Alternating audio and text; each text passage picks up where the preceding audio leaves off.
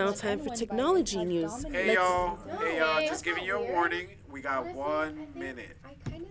1 minute. Hey, you guys, let's feel.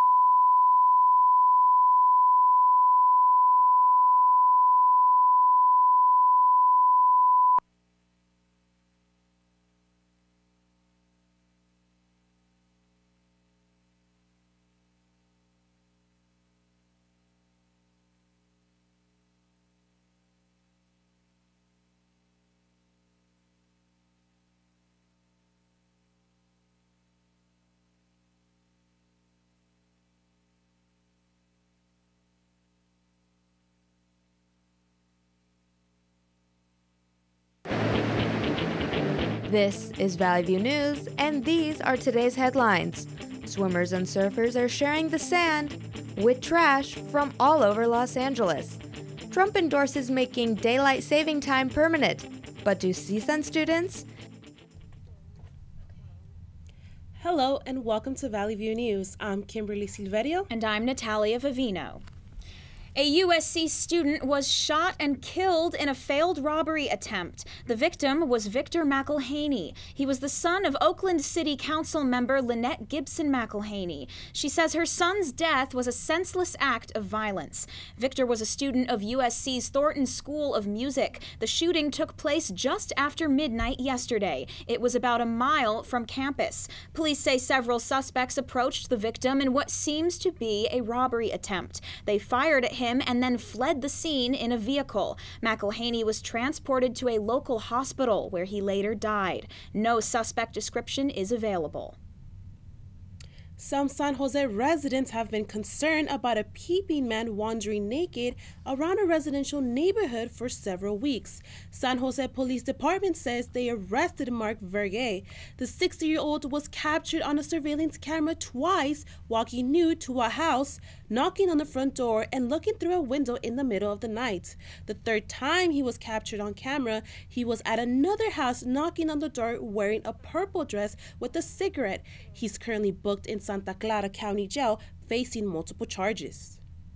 President Trump has unveiled his 2020 budget plan. Reports say the White House hopes for $2.7 trillion in cuts, but a clash with Congress is expected. New York Republican Tom Reed says they'll work to reach an agreement. It's the president's vision as to where we need to go as a country under his proposed budget direction. Now, Congress is going to weigh in. We're going to go through the budget negotiations, and we'll prioritize in the House of Representatives, work with the Senate, and come up with a funding bill that reflects those prioritizations that I think we can agree upon.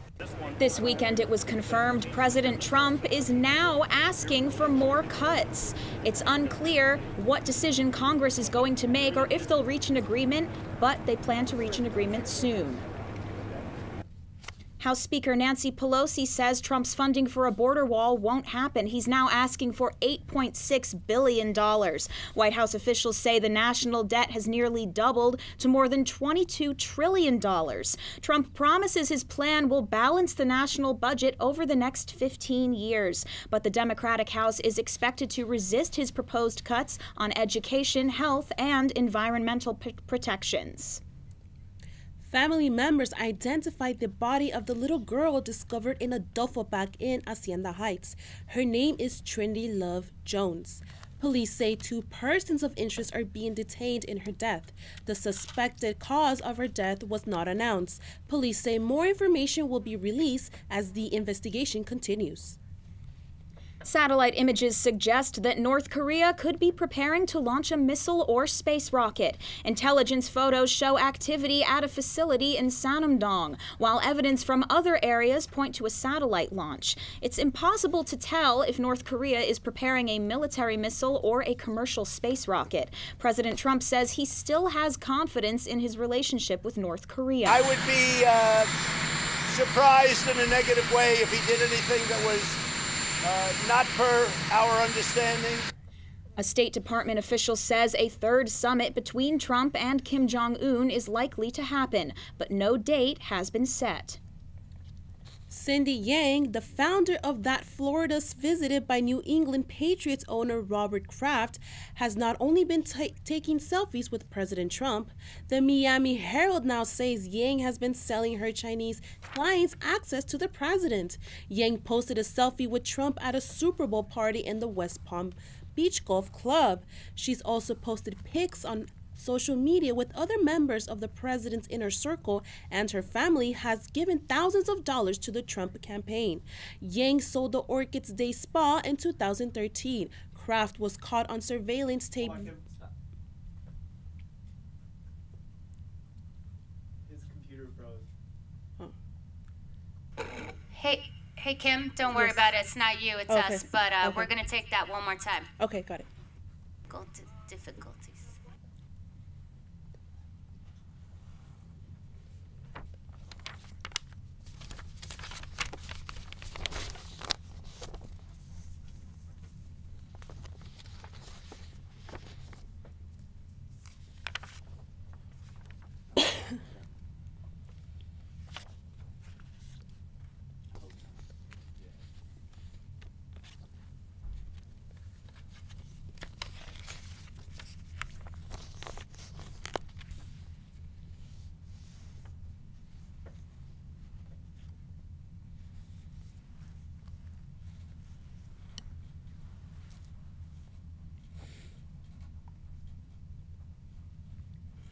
Okay, Kimberly, we're starting from A8, all right, at the top.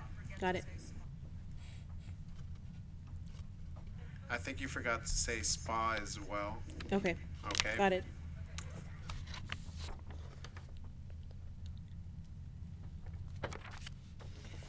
Three, two, one. Cindy Yang, the founder of the Florida spa visited by New England Patriots owner Robert Kraft, has not only been taking selfies with President Trump. The Miami Herald now says Yang has been selling her Chinese clients access to the president. Yang posted a selfie with Trump at a Super Bowl party in the West Palm Beach Golf Club. She's also posted pics on social media with other members of the president's inner circle, and her family has given thousands of dollars to the Trump campaign. Yang sold the Orchids Day Spa in 2013. Kraft was caught on surveillance tape visiting the spa in January. He's pleaded not guilty to misdemeanor charges of solicitation prostitution. Ethiopian Airlines Flight 302 crashed this week in Ethiopia, killing all 157 people on board. It was a Boeing 738 MAX 8, the same type of aircraft involved in a crash last year. Some international airlines are grounding those planes. So far, there's no evidence the crashes are connected. U.S. Ambassador Michael Rayner says 8 Americans died. True tragedies, and our hearts go out to everyone who was impacted by their deaths.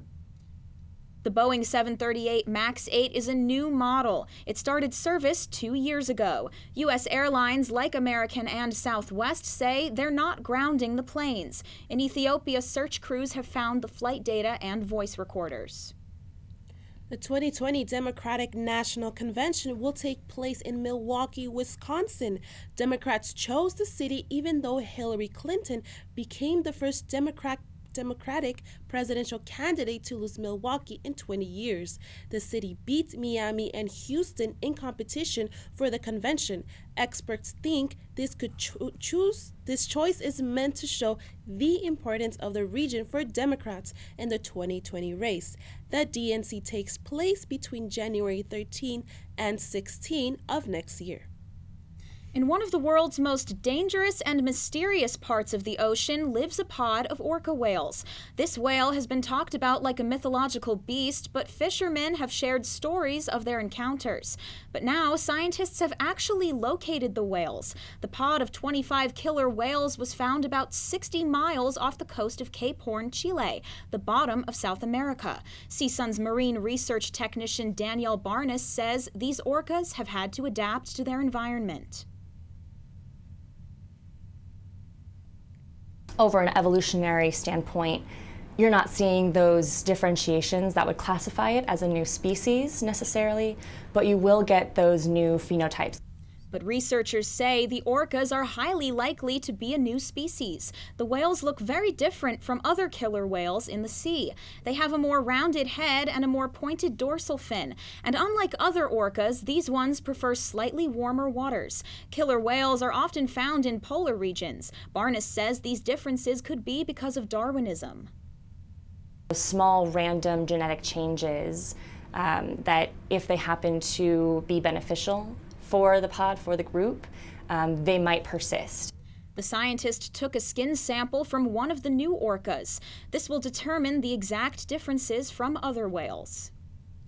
A group of fishermen trapped on Lake Erie this weekend have all been rescued. Reports say large gusts of winds caused the ice to break apart, pushing the men from shore. The U.S. Coast Guard says there were up to 150 people stranded. They rescued 40 of them. The rest gathered their gear and walked safely to shore. Officials say no one was injured.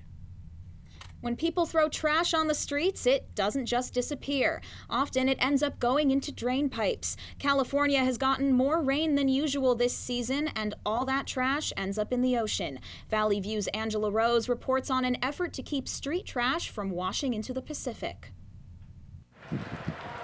6 weeks of rain has taken a lot of trash from LA's streets into the gutters. Clearly marked "Don't Dump," yet most of the trash still ends up here at Santa Monica Beach. The Surfrider Foundation brings volunteers together several times a month to clean up the mess. We get an inch of rain in LA, that's about 10 billion gallons of water that rushes from the upper watershed into our storm drains and creeks and straight out to the ocean. At Heal the Bay Aquarium, Director Jenna Siegel says ocean wildlife, including fish and birds, eat the trash that ends up here. There are estimates that about 100,000 marine mammals and about 1 million seabirds are killed every single year. Back at the beach, volunteers dump the trash they've collected into one large pile. They sort items they'll reuse, recycle, or throw away. But volunteers and staff leaders say the solution isn't how much they clean up, but how you consume products. And see how they can maybe mitigate or cut out some of the things that they're using from things that they might be seeing in their communities and on our beaches. While there are many beach cleanups going on to protect our ocean wildlife and our beaches, volunteers say that banning the use of single-use products is the way to go.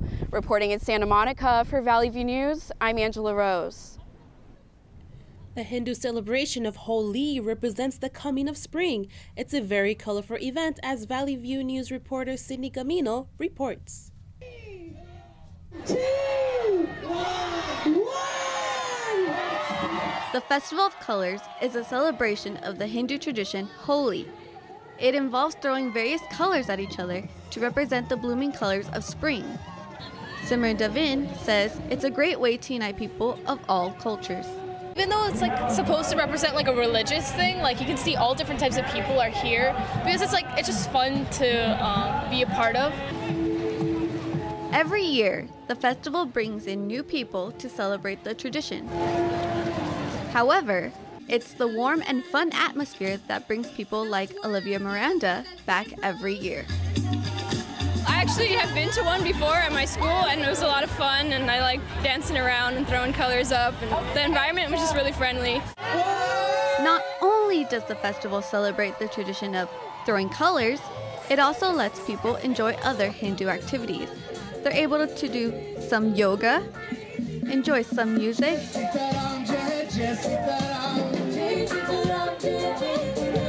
and try some new food.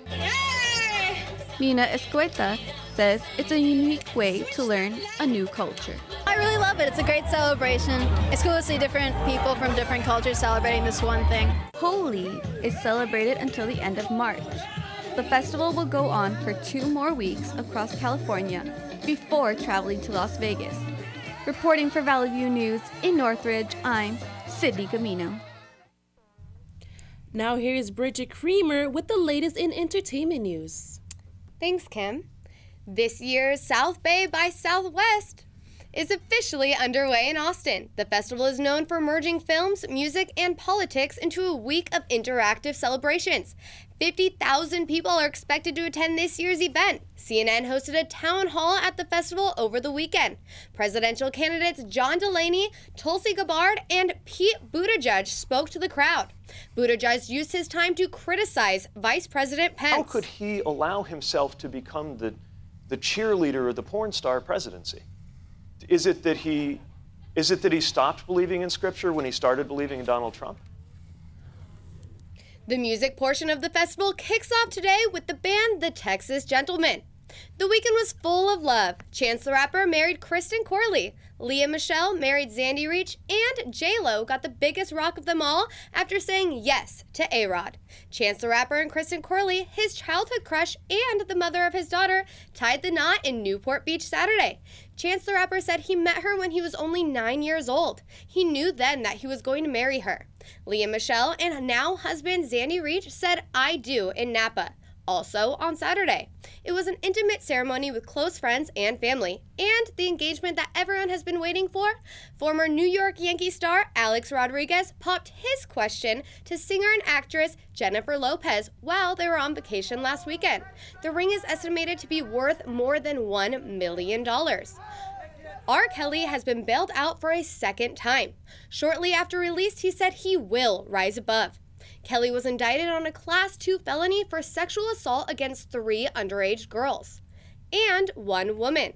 He was also charged with failure to pay $150,000 in child support. He pleaded not guilty to both charges. Now, new evidence was turned over to law enforcement allegedly showing R. Kelly sexually abusing young girls. Kelly's attorney says there's no proof that it's Kelly in the videos. Justin Bieber is asking his fans for their prayers. He reached out via Instagram saying he's been feeling disconnected and weird. He told Vogue that he's fighting depression since his Purpose tour in 2017. Bieber said he dropped out of a week-long group therapy session.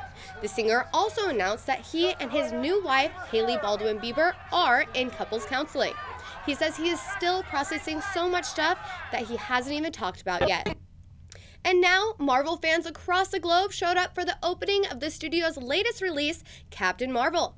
The film opened with a staggering $153 million in domestic sales and $455 million globally. Also, this is the first time that Marvel has had both female lead and female director. Captain Marvel sales boosted this year's slumping U.S. box office totals. They were down 26% heading into Friday. Marvel Studios hopes to continue the box office dominance with the much-anticipated releases of Avengers and the Spider-Man sequels later this year. That's all for entertainment. Back to you, Kimberly. The final home game of season's men's basketball was an exciting one. Valley View News reporter Tomas de Jesus has more on the game.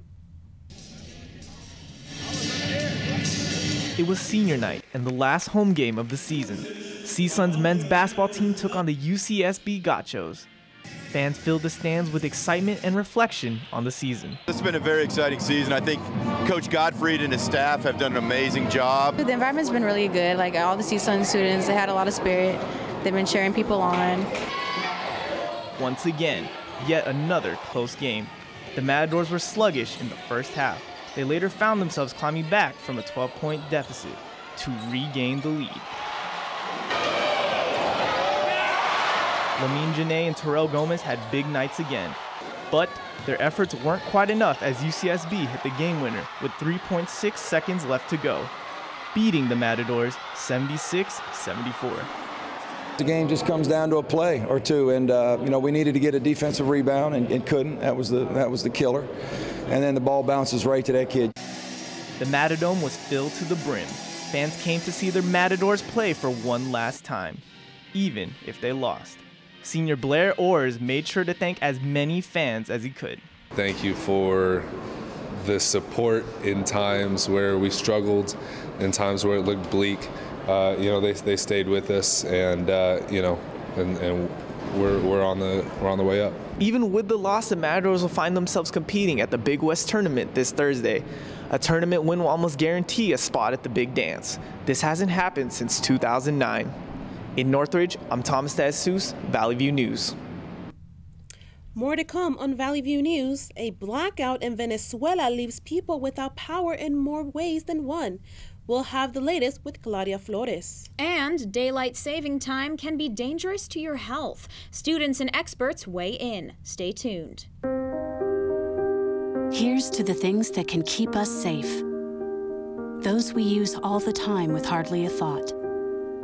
Those that are silently standing by to save our lives. And now, those that we carry with us everywhere we go.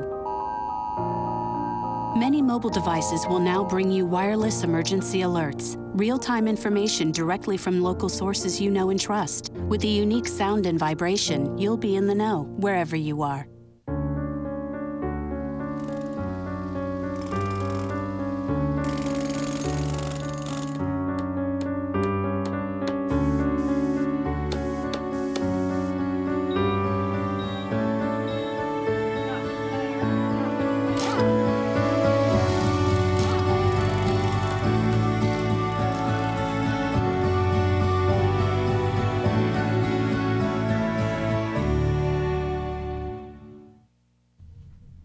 Welcome back to Valley View News. CSUN's campus newspaper has been at work on a couple of stories. Here's Sundial reporter Elliot Keegan. This week on the Sundial, we're covering a story about the California State Assembly is passing a new bill that will require all CSU students to take at least one cultural studies course in order to graduate. It will also require all of the CSU schools to offer some sort of cultural or ethnic studies program. Currently, most of the schools do, with the exception of Cal State University Maritime Academy, which is the smallest school in the system with a little over 1,000 students. This bill is going to committee by the end of the month, and it should be up to a floor vote before the end of the year. You can find that story and more at CSUN Sundial. Back to you in the studio. Now let's get to the latest on international news with Claudia Flores in the Valley View newsroom. Venezuelan interim President Juan Guaido is calling the Venezuela electrical crisis a national state of emergency. Most of Venezuela remains without electricity for a fifth day, and Guaido reports 17 people have died. Guaido says 16 states have no electricity. There is no 6 service states in have the partial hospitals. power, and the country's best hospitals remain without power. Guaido hopes Venezuela will receive international aid after his declaration. He believes Nicolás Maduro's government is responsible for the electricity crisis. Maduro has blocked international aid and says he believes the U.S. Can you stop for a minute?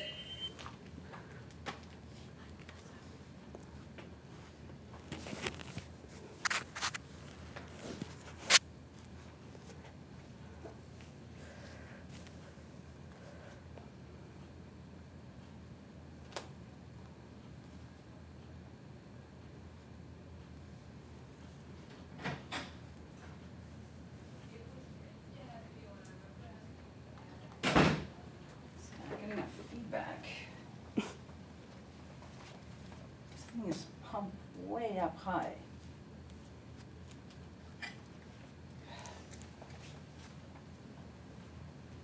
Also, the SOT was playing. Yeah, I know. Oh, okay. Because there was a feedback. No, no está ahí. It says until the bottom.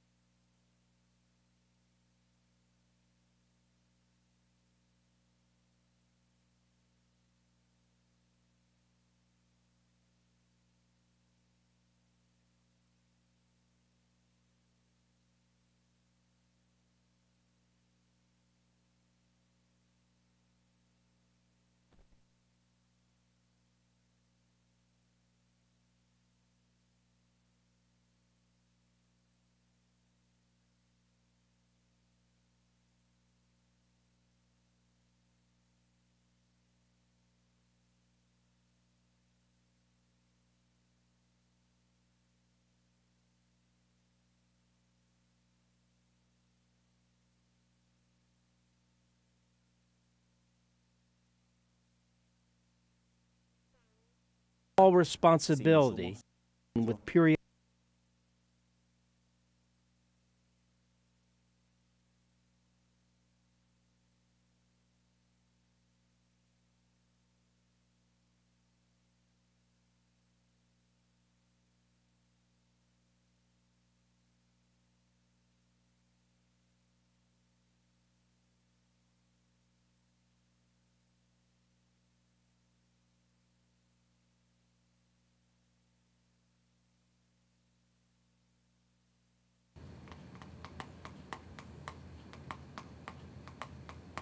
We're gonna start from the top, okay? Okay. All right, 3, 2. Venezuelan interim President Juan Guaido is calling the Venezuela electrical crisis a national state of emergency. Most of Venezuela remains without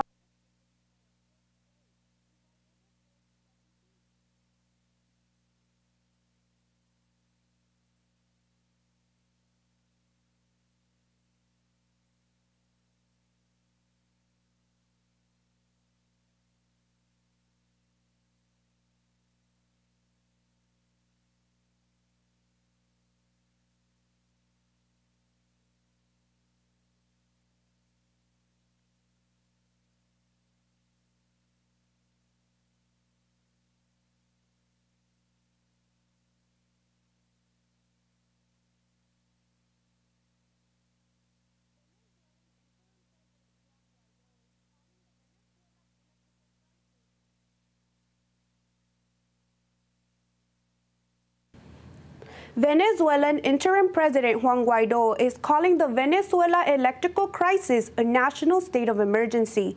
Most of Venezuela remains without electricity for a 5th day, and Guaido reports 17 people have died. Guaido says 16 states have no electricity, 6 states have partial power, and the country's best hospitals remain without power. Guaido hopes Venezuela will receive international aid after his declaration. He believes Nicolás Maduro's government is responsible for the electricity crisis.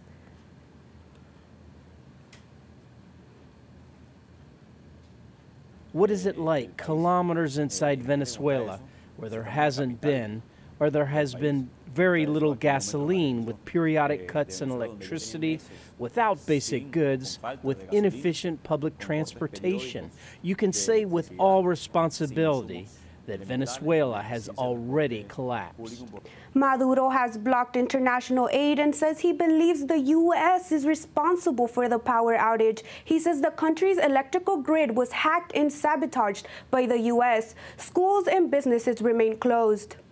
What began as a simple, peaceful march in Santiago de Chile turned out to be anything but peaceful. The International Women's Day March began in the city of Valparaiso. Close to the end of the march, demonstrators fought with police, who shot back with jets of water and tear gas. At least 10 people were detained. Malaysian prosecutors have dropped charges against the Indonesian women accused of killing Kim Jong-un. Half-brother Siti Aisyah was behind bars for 2 years on charges of using deadly nerve agent to kill Kim Jong-nam. She says she was shocked to be freed. Prosecutors gave no reasoning behind their decision. The trial is expected to continue Thursday to decide whether the case against the second defendant will continue. Floods in Brazil killed 7 people, including 4 family members whose house collapsed. Officials made several rescues in Sao Paulo. The streets were filled with stranded and overturned cars. The late summer rains triggered floods and inundated several neighborhoods. Major roads leading to the city were blocked. Train and bus services were also cut in some areas. That's it for international news. Back to you, Natalia. Now let's go to Christina to get the latest news on the flu and daylight saving. The flu has killed more than 60 kids this year, and the season may not be over. 48 states have reported widespread activity, but hospitalization is less this year compared to last. The H1N1 virus has dominated this season. The CDC's Dr. Nancy Messonnier says it's late in the season, but not too late to get the shot. We recommend vaccination every year to protect optimally against flu. The CDC says everyone over 6 months, including pregnant women, should get the flu vaccine. A Canadian chemistry student has developed a light filtering coating for contact lenses for colorblind people. At a young age, Gabrielle Mazzoni lost vision in one eye due to her condition, amblyopia. She says there are many professions that will not hire colorblind people. She launched her own company, Colorsmith Labs. Scientists at St. Mary's University are helping her dream come true. The nanoparticle technology hasn't been tested on people yet. Colorsmith is close to completing the lenses, but the company needs a $1.5 million investment. Americans gained an hour of daylight and lost an hour of sleep. Daylight saving time was originally put in place to help people save more energy in the U.S. Some seasoned students say they enjoy the extra hour of daylight. President Trump tweeted this morning he wants to stop changing the clocks twice a year. Some health officials say strokes and car accidents go up after the time change, but CSUN health professor Frankie Agustin says she thinks there's less traffic. George Hudson proposed the idea in 1895, but last November, Californians voted to keep a consistent time. That's all for health today. Back to you, ladies. Coming up on Valley View News, Elizabeth Warren wants to break up Amazon, Facebook, and Google if elected president. Also, Elizabeth is the queen of Instagram. Stay with us. Here's to the things that can keep us safe. Those we use all the time with hardly a thought. Those that are silently standing by to save our lives. And now, those that we carry with us everywhere we go. Many mobile devices will now bring you wireless emergency alerts, real-time information directly from local sources you know and trust. With the unique sound and vibration, you'll be in the know wherever you are.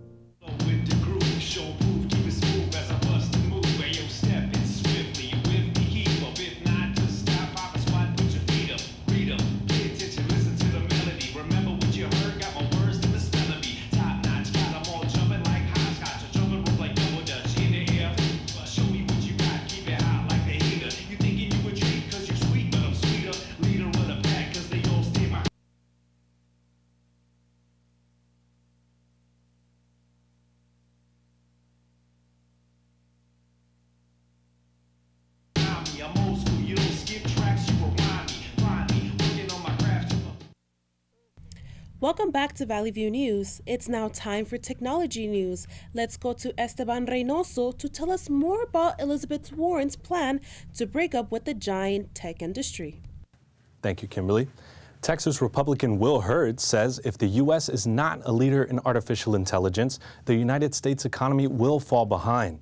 Hurd told CNN's State of the Union with Jack Tapper, AI is the way of the future, and even Russian President Vladimir Putin is predicting the same thing. It's the future. Vladimir Putin said whoever masters AI is going to master the world. I think this is the only thing he and I agree on. And the ability to manage people's data, the ability, every industry is going to be impacted by artificial intelligence. In our agriculture right now, we are learning how to grow more crops with less water, with less land, with less energy. We all know about autonomous driving cars. This is going to be the future economy. And if we're not leading on that, China is going to, and that's going to impact our economy, that's going to impact our jobs, and we got to make sure that our young men and women, our sisters and brothers and sons and daughters and grandkids are ready for the future. And that's one of the things that we're working on up here, and these are one of the issues that I'm going to be talking about here in South by Southwest. Hurd worked for the CIA for 9 years before being elected into Congress. Presidential candidate Elizabeth Warren says she wants to break up tech giants like Amazon, Facebook, and Google. The Massachusetts senator says the companies must be broken up to stimulate levels of competition. Warren mentioned the antitrust battle over Microsoft in the 90s as an example. She says as president, she would also try to reverse mergers that have already been completed. Queen Elizabeth is officially on the gram. Her Majesty shared a post on Instagram after visiting the Science Museum in London. The Royal Influencer's post is a letter from the Royal Archives written in 1843 to her great-great-grandfather, Prince Albert. The post was also shared on the royal family's account. A British bank is going to test the use of a new payment card with a built-in fingerprint scanner. The data is stored on the card, meaning there's no security information for a hacker to steal. The trial, which is set to begin next month, will allow its participants to make payments without having to input a PIN or a signature. Tesla will be raising prices on its vehicles after backtracking on the decision to close most of its stores. The car maker says prices on most of its models would go up around 3%. Tesla had previously said it would begin closing most of its physical stores to have customers buy vehicles online or over the phone instead. The newest Tesla Model 3 is currently priced at just over $40,000. SpaceX's Crew Dragon spacecraft successfully returned after nearly a week in space. The capsule designed to carry astronauts to the International Space Station landed in the water near Port Canaveral in Florida over the weekend. Your family and friends may not be the only ones checking on your Facebook or Twitter. The Trump administration is considering using social media to find out whether a person who claims to be disabled is doing activities that would not be possible if they were hurt. The Social Security Administration is trying to increase program integrity and filter out fraud. Critics say photos on social media may not provide reliable evidence on someone's condition. That's it for Technology and Business today. Let's go back to Kimberly with a story about how a neighborhood who built an 18-foot snowman. Two families in Omaha, Nebraska decided to use the snow to build a huge snowman. They gathered their kids and some tools and built an 18-foot Frosty, complete with his own carrot for a nose, a beanie, and a scarf to keep him warm. It's expected to stay in the mid-40s in Omaha, so the snowman should live to see another day. Man, with that amount of snow, I wish I had a giant snowball fight. That's all for us at Valley View News. Thank you for watching. I'm Natalia Vivino. And I'm Kimberly Silverio. For news any time of the day, go to our website, sundial.cisa.edu. See you next week.